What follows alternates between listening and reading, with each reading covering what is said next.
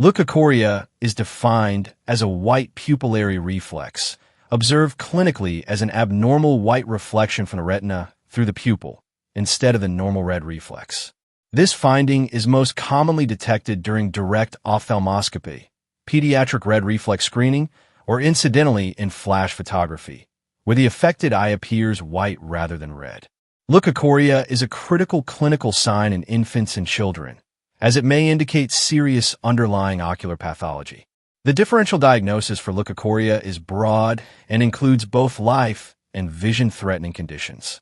The most urgent etiology is retinoblastoma, which accounts for approximately half of leukocoria cases in infants and requires prompt recognition and referral. Other causes include congenital cataract, persistent fetal vasculature, Coats disease, retinopathy of prematurity, ocular toxocariasis, trauma, and less commonly, inflammatory or vascular conditions.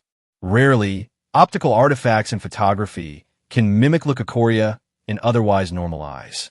Any child presenting with leukocoria warrants immediate and thorough ophthalmologic evaluation, as early diagnosis is essential for optimal visual and systemic outcomes. The American College of Radiology recommends initial assessment with detailed history, ophthalmologic examination, and targeted imaging when indicated. The clinical approach should prioritize exclusion of malignancy and other treatable causes.